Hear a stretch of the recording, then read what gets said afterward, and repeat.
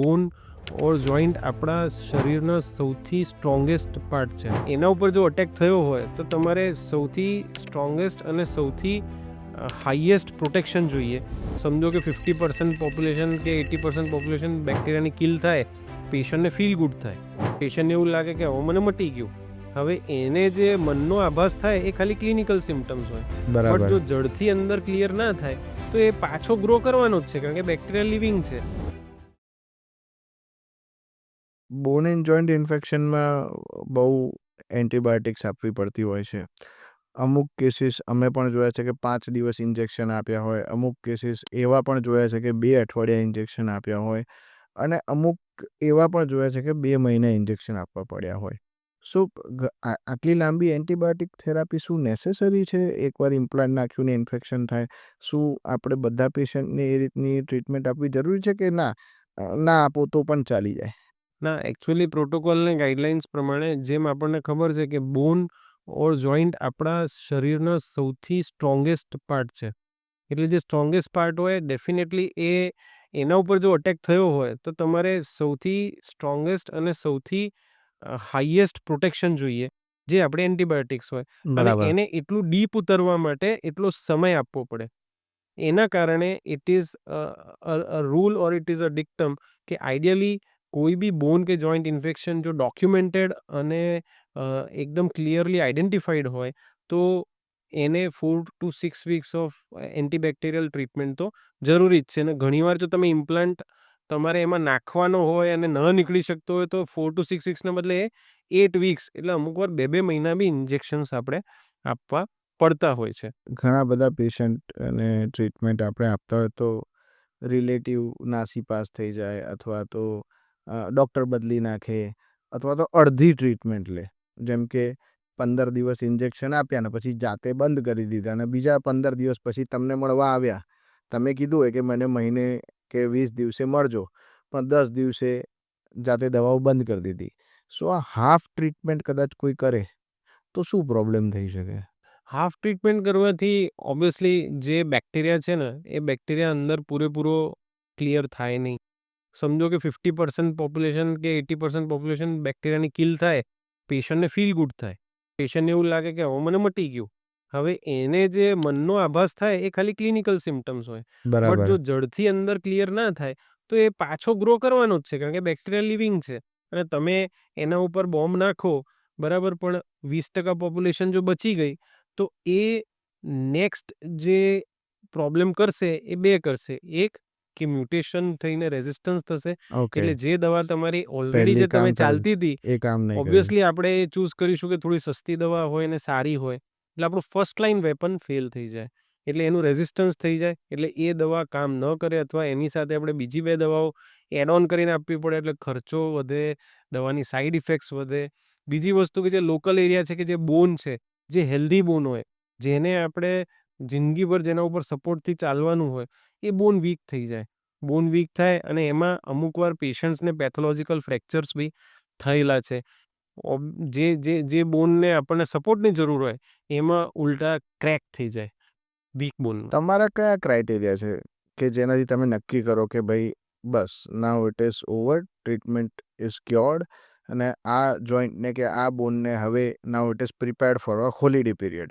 સો તમે કઈ રીતે નક્કી કરો કે સપોઝ આપણે એક્ઝામ્પલ ની જોઈન્ટ લઈએ, હવે ની જોઈન્ટના ઇન્ફેક્શન માટે પેશન્ટ તમે જો ટ્રીટમેન્ટ લે છે, હવે તમારા ટ્રીટમેન્ટનો એન્ડ પોઈન્ટ તમે શી રીતે ડિસાઇડ કરો?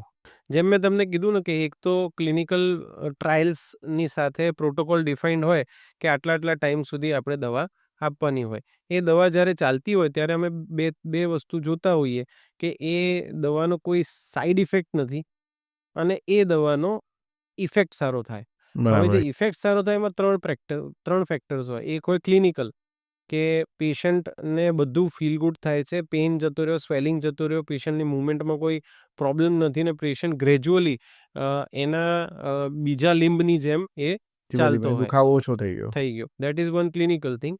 બીજી વસ્તુ ઇઝ રેડિયોલોજિકલ થિંગ, કે પેશન્ટને ફોર એક્ઝામ્પલ કે સાંધામાં ઇન્ફેક્શન થયું છે ની જોઈન્ટમાં, તો અમે નીની at some point of time periodically sonography કરાવીને જોઈ લઈએ કે એને અંદર પાણી પાછું ભરાય છે કે નહીં, એને અંદર પાણી જે ભરાય છે તો એ ખાલી પોસ્ટ ઓપરેટિવ ક્લિયર ફ્લુઇડ છે કે કાં તો ઇન્ટરનલ ઇકોસ સાથેના સેપ્ટેટેડ ફ્લુઇડ છે, જે બની શકે કે એ ઇન્ફેક્શન હોઈ શકે. અમુકવાર એમાં એવા પાણી હોય ને અમને ડાઉટફુલ હોય તો અમારે પાણી ખેંચાઈને એનો માઇક્રોબાયોલોજિકલ ફરીથી ક્રાઇટેરિયા બી કરાવવું ફિક્સ પડે. કરવો પડે કે ભાઈ એમાં બેક્ટેરિયા છે કે આ ખાલી સિમ્પલ સીરસ પોસ્ટ ઓપરેટિવ ફ્લુઇડ છે કે કેમ. કલેક્શન. સાથે અમારા જે લેબ પેરામીટર્સ હોય, યસ, જેમ કે થર્ડ પોઈન્ટ. ESR છે, CRP છે, જે અમે પોસ્ટ ઓપરેટિવલી એકવાર બેઝલાઇન તરીકે ચાલુ કરી દઈએ માપવાના અને પછી એને ટ્રેન્ડ વાઇઝ આપણે ફોલો કરતા રહીએ. જો એ ધીરે ધીરે ઘટતું જાય અને એ નોર્મલ થઈ જાય, બરાબર, તો એ બી એક થર્ડ ક્રાઇટેરિયા હોય છે. એટલે આ ત્રણેય ક્રાઇટેરિયા સાથે અમે કરીએ. એકવાર IV નો કોર્સ પતે પછી અમે એને સેકન્ડરી પ્રોફાઇલેક્સિસ માટે ઓરલ એન્ટિબાયોટિક્સનો કોર્સ આપીએ અને પછી એને આ બધા ક્રાઇટેરિયા સેટ થાય પછી એને બંધ કરીને ફોલો કરતા હોઈએ છીએ. મારા હિસાબે એ કોઈ ભાવનામાં આવેલો નિર્ણય નથી. એ પ્યોર અને પ્યોર સાયન્ટિફિક નિર્ણય છે કે જેની અંદર ક્લિનિકલી, રેડિયોલોજિકલી અને બ્લડ પેરામીટર્સ ત્રણેય તમારી રેન્જમાં આવશે પછી જ તમે નિર્ણય લેશો. એના સિવાય તમારા તરફથી તો એ સ્ટ્રિક્ટલી દવા લેવી જ પડશે. ઓબ્વિયસલી, એટલે success is always achieved step by step. અને યસ. તમે એ રીતના પહેલાથી જમ્પ મારીને એને સક્સેસ પર અચીવ કરવા જશો તો ઓબ્વિયસલી કોઈ બી ફિલ્ડમાં તમને સક્સેસ મળશે નહીં. એટલે પ્રોટોકોલ પ્રમાણે આ જે તમે કીધું એ પ્રમાણે એકદમ પરફેક્ટ ક્રાઇટેરિયા છે. સો આ ડિફાઇન્ડ ક્રાઇટેરિયા આઈ થિંક દરેક આપણા ડૉક્ટર મિત્રો પણ જાણતા જ હોય છે. પણ એઝ અ ટીમ અપ્રોચ તરીકે જ્યારે પણ આપણી પાસે સારા ફ્રેન્ડ તરીકે આઈડી સ્પેશિયાલિસ્ટ હોય અને આપણે એમને ઇન્વોલ્વ કર્યા હોય તો તમારું માનસિક તાણ ઓછું થઈ જાય. તમે સર્જરી પર સારું ફોકસ કરી શકો. તમે તમારો પોઈન્ટ અથવા તમારો જે રોલ છે એ તમે પેશન્ટને સમજાવી શકો અને ઇન્ફેક્શન અને બેક્ટેરિયા રિલેટેડ જે કંઈ પણ વર્ક છે એ તમારા મિત્ર જે આઈડી સ્પેશિયાલિસ્ટ છે એ સંભાળી શકે અને ટીમ અપ્રોચથી ઘણા ખરા ઇન્ફેક્શન્સ જે ખરાબ પ્રકારના છે એને પણ બહુ સારી રીતે તમે ટ્રીટ કરી શકો. હવે અમે ચર્ચા કરતા હતા યુવરાજભાઈ સાથે આની પહેલાં જે આપણી પાસે જે ડૉક્ટર હતા કે રિવિઝન સર્જરીમાં પણ સક્સેસ રેશિયો વેરી કરતો હોય છે, બહુ જ વેરી કરતો હોય છે. 20% થી 80% વચ્ચે સક્સેસ રેશિયો વેરી કરતો હોય છે.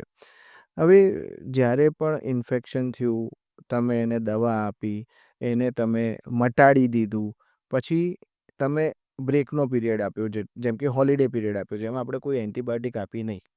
હવે જ્યારે એને ફરીથી રીઇમ્પ્લાન્ટ કરવાનો સમય આવ્યો, નવેસરથી તમે નવો સાંધો એને નાખી આપો, કેમ કે પેશન્ટને તો આપણે ચલાવવો જ છે. ઓરિજિનલની જગ્યાએ તમે ઇમ્પ્લાન્ટ નાખ્યો, ઇમ્પ્લાન્ટ ઇન્ફેક્શન થયો, કાઢી નાખ્યો. હવે તમે સિમેન્ટ સ્પેસર મૂક્યું, હવે ઇન્ફેક્શન મટાડ્યું. હવે એની જે સેકન્ડ સ્ટેજ સર્જરી જેને આપણે કહીએ એ કરવાની છે.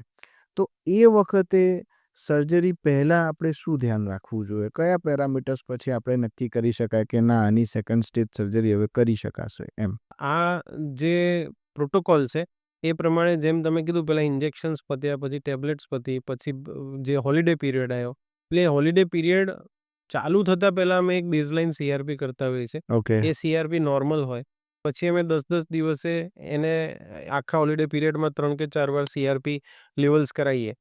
એટલે એ સમજો મહિનાના બધા જે CRPs જે 2-3 જે છે એ નોર્મલ આવે. દવા બંધ કર્યા પછી એને ફરી પેઇન કે ફરી સ્વેલિંગ નથી ચાલુ થતું એ બી અમે જોઈએ. અને અમુક જે સ્પેશિયલ કન્સિડર્ડ કેસીસ હોય કે જેમાં અમને લાગે કે હાઈ રિસ્ક છે ઇન્ફેક્શનમાં, એમાં તો અમે સાંધાને ક્લિનિકલી ચેક કરવાની સાથે સાથે અમે સોનોગ્રાફી બી કરાવીએ. અને સોનોગ્રાફીમાં જો એવું જરાક બી પાણી હોય તમે તો એને ખેંચીને કલ્ચર. ખેંચીને એસ્પિરેટ કરીએ, એને કલ્ચરમાં મોકલાઈએ. એ કલ્ચરમાં ક્લિયર આવે કે કોઈ ઓર્ગેનિઝમ નથી કે કોઈ એના પસેલ્સ નથી એમાં. પછી અમે એને એક અમારા તરફથી NOC આપીએ, ઓકે. નો ઓબ્જેક્શન સર્ટિફિકેટ. બરાબર, આગળ વધો. હા, કે આપણે આગળ વધી શકીએ છીએ ઓકે. અને પછી એ સેકન્ડ કે રિવિઝન સર્જરીમાં એન્ટર થઈ શકે. સેકન્ડ કે રિવિઝન સર્જરી એન્ટર થાય એના બી 1 દિવસ પહેલાં એને એડમિટ કરી દઈએ.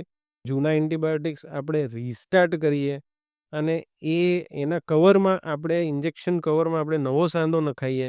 નવા સાંધા નાખીને બી એને સ્ટિચ રિમૂવલ અથવા તો 4 વીક્સ સુધી આપણે એને ઇન્જેક્શન્સ રિપીટ આપીએ કે નવામાંના ઇન્ફેક્શન ન ન થાય. ફરીથી ઉજાગર થાય.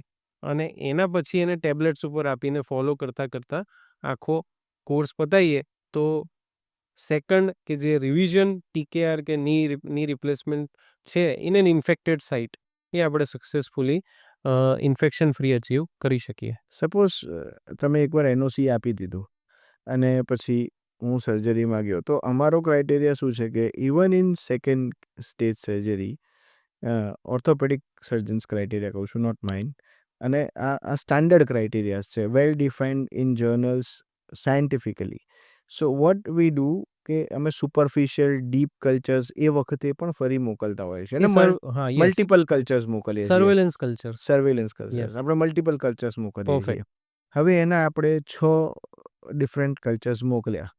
હવે એમાં સપોઝ 5 કલ્ચર નેગેટિવ આવ્યા અને એકાદ કલ્ચર પોઝિટિવ આવ્યું, તો પર્સનલી હું એવું માનું છું કે એ કન્ટામિનેશન પણ હોઈ શકે. પણ તેમ છતાં જ્યારે આપણે રિવિઝન કરતા હોય ત્યારે એ એક નાનું પોઝિટિવ કલ્ચર પણ આપણા માટે બહુ મેટર કરે છે. એટલે તમે જેમ જણાવ્યું કે એના પછી પણ 3 થી 4 અઠવાડિયા આઈવી આપવી જરૂરી છે. એનઓસી આપ્યું એનો મતલબ તમે સાંધો નાખી દીધો અને કલ્ચર ના લીધા, તો એ યોગ્ય નથી મારા હિસાબે. અને કદાચ એ કલ્ચર પોઝિટિવ આવ્યું તો જેમ સાહેબે કીધું એમ એ બેક્ટેરિયાને આપણે કન્સિડર કરવો જોઈએ. એને કન્સિડર કરીને સારી એન્ટિબાયોટિક્સ પણ એ 4 અઠવાડિયા કે એના પછી જેમ ફર્સ્ટ સ્ટેજમાં આપી એ પ્રમાણે આપવી જોઈએ. કેમ કે બેક્ટેરિયા એવા છે કે જે બાયોફિલ્મ અમુક પ્રકારના બેક્ટેરિયા ખૂબ જલ્દી બનાવી લે છે. અને આને અમે અમુક બેડ ઓર્ગેનિઝમ્સ કહીએ છીએ કે હાઈલી રેઝિસ્ટન્ટ ઓર્ગેનિઝમ્સ કહીએ છીએ. સો આવા બેક્ટેરિયા હોય ત્યારે આ વસ્તુ કરવી ખૂબ જરૂરી છે.